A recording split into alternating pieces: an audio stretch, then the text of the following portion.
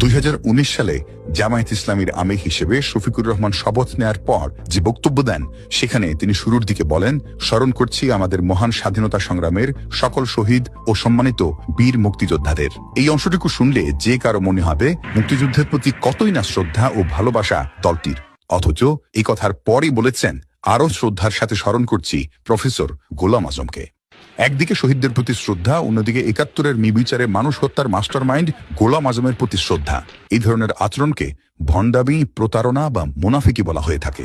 চলুন দলটির আরও মুনাফিকি কর্মকাণ্ড দেখে নিই। জামায়াতে ইসলামীর মুনাফিকি শুরু হয়েছিল তাদের জন্মলগ্ন থেকেই। দলটির প্রতিষ্ঠাতা মাওলানা আবুল আলা মওদুদী ভারত ভাগের বিপক্ষে ছিলেন। তিনি বলেছিলেন, পাকিস্তান নামক কোন রাষ্ট্রের জন্ম হলে সেটা হবে আহাম্মকের বেহেশত এবং মুসলমানদের কাফেরানা রাষ্ট্র। অথচ 47-এ পাকিস্তানেই চলে যান তিনি এবং দেশটিকে আল্লাহর দান হিসেবে উল্লেখ করেন। গোলাম আজম 1952 সালের ভাষা আন্দোলনে যোগ দিয়েছিলেন।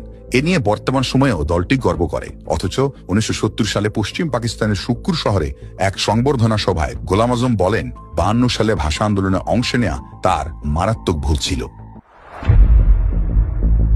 জামায়াতে ইসলামী 47-এ যেমন পাকিস্তান রাষ্ট্রের বিরোধিতা করেছিল, তেমনি বাংলাদেশ যখন পাকিস্তানের শোষণ থেকে বাঁচতে স্বাধীনতা চাইল, তখন এদেশে থেকে সেটার বিরোধিতা করে জামাত।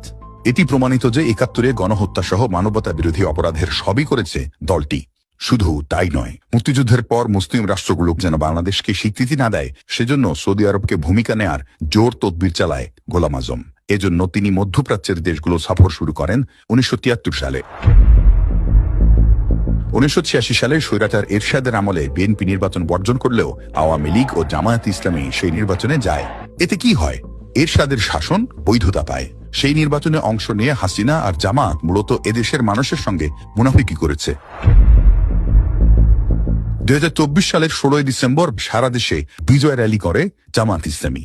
সেই ডিসেম্বরে শিবির প্রকাশিত ছাত্র সংবাদ সংখ্যায় ছাপা হয়েছে, অনেক মুসলিম না বুঝে মুক্তিযুদ্ধে জড়িয়ে পড়েছিল। এটা তাদের ব্যর্থতা ও অদূরদর্শিতা ছিল। একদিকে মুক্তিযুদ্ধকে বিদ্রুপ করা, আরেকদিকে বিজয় র্যালি বের করা জামাতের মুনাফিকির সবচেয়ে বড় প্রমাণ। জামাতের আরো একটি বড় মুনাফিকি হলো ভারত বিষয়ে তাদের অবস্থান।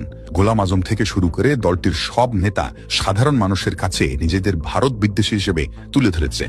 অথচ 2024 সালের 22 নভেম্বর কলকাতার আনন্দবাজারকে দেয়া সাক্ষাৎকারে দলটির আমির শফিকুর রহমান বলেছেন, জামায়াতে ইসলামীর ভারত বিরোধিতা যে ধারণা, সেটি ভিত্তিহীন। ভারতের সঙ্গে জামায়াত সুসম্পর্ক বজায় রাখতে চায়। এর আগে 2024 সালের 28 আগস্ট গণমাধ্যমের